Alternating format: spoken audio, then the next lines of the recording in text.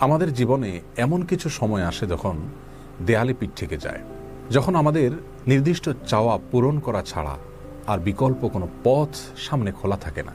এ ধরনের পরিস্থিতিতে আল্লাহ রাব্বুল আলামিনের কাছে আমাদের মনের একান্ত কামনা বাসনাগুলোকে পূরণ করবার জন্য একটি বিশেষ পথ বাতলেছেন আমাদেরকে প্রিয় নবী সাল্লাল্লাহু আলাইহি ওয়াসাল্লাম, আর সেটি হলো ইসমে আযম। ইসমে আযম মানে হলো মহান নাম। আল্লাহ রাব্বুল আলামিনের এই ইসমে আযম তথা মহান নামের মাধ্যমে কোনো কিছু চাওয়া হলে তিনি সেটা পূরণ করেন।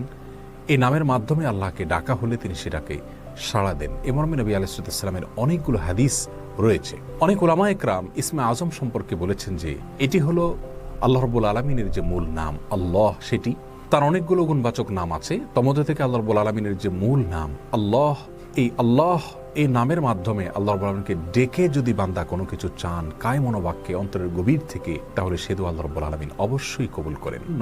কোনো কিছু আল্লাহ রাব্বুল আলামিনের কাছে চাওয়ার আগে যদি আল্লাহ বলে ডেকে ভালোবাসা থেকে, আস্থা থেকে, ভরসা থেকে, কায়মন বাক্যে দীনতাহীনতার সাথে আল্লাহকে ডেকে যদি কেউ দোয়া করেন, তাহলে সে দোয়া আল্লাহ রাব্বুল আলামিন ফিরিয়ে দেন না। ইসমে আযম সম্পর্কে আরো নির্দিষ্ট করে আমরা নবী আলাইহিস সালামের যে হাদিসটি দেখতে পাই, সেটি তিরমিজিতে বর্ণিত হয়েছে, আরো বিভিন্ন হাদিসের কিতাবে বর্ণিত হয়েছে। সেই হাদিস সম্পর্কে বিশ্ববিখ্যাত হাদিসবিদ হাফেজ ইবনে হাজার আল আসকালানী রাহিমাহুল্লাহ ফাতহুল বারীতে লিখেছেন যে ইসমে আযম সম্পর্কে সবচেয়ে বিশুদ্ধতম হাদিস হলো এটি। সেটি হলো এই যে বুরায়দা রাদিয়াল্লাহু আনহু বর্ণনা করেছেন, এক ব্যক্তি নামাজের মধ্যে একবার কিছু বাক্য বলে উঠলেন। নবী সাল্লাল্লাহু আলাইহি সাল্লাম তার কথাগুলো শুনলেন। তিনি বলে উঠলেন, আল্লাহুম্মা ইন্নী আসআলুকা বিআন্নী আশহাদু আন্নাকা আনতাল্লাহ লা ইলাহা ইল্লা আনত আল আহাদুস সামাদ আল্লাযী লাম ইয়ালিদ ওয়া লাম ইউলাদ ওয়া লাম ইয়াকুল লাহু কুফুয়ান আহাদ।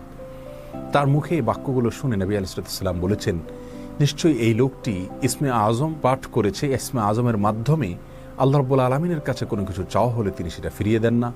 এর মাধ্যমে আল্লাহকে ডাকলে তিনি অবশ্যই তাতে সাড়া দেন।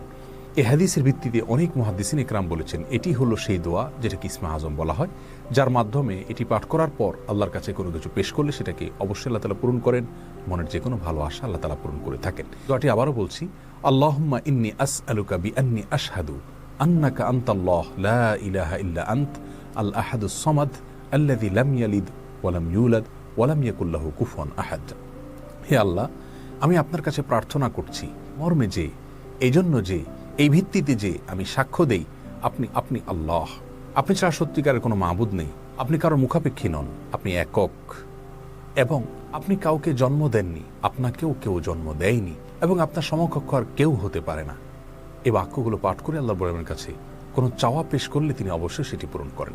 কেউ যদি অত্যন্ত সংক্ষেপে ইসমে আযমের মাধ্যমে দোয়া করতে চান, তাহলে তিনি আল্লাহ রাব্বুল আলামিনের প্রতি আন্তরিকতা, ভালোবাসা, শ্রদ্ধা, বিশ্বাস, ভক্তি এবং ভরসা রেখে আল্লাহকে ডেকে ডেকে মায়ার সাথে, মমতার সাথে আল্লাহর অনুগ্রহগুলোর কথা স্মরণ করে আল্লাহকে ডেকে ডেকে তার মনের চাওয়াগুলো পূরণ করবেন।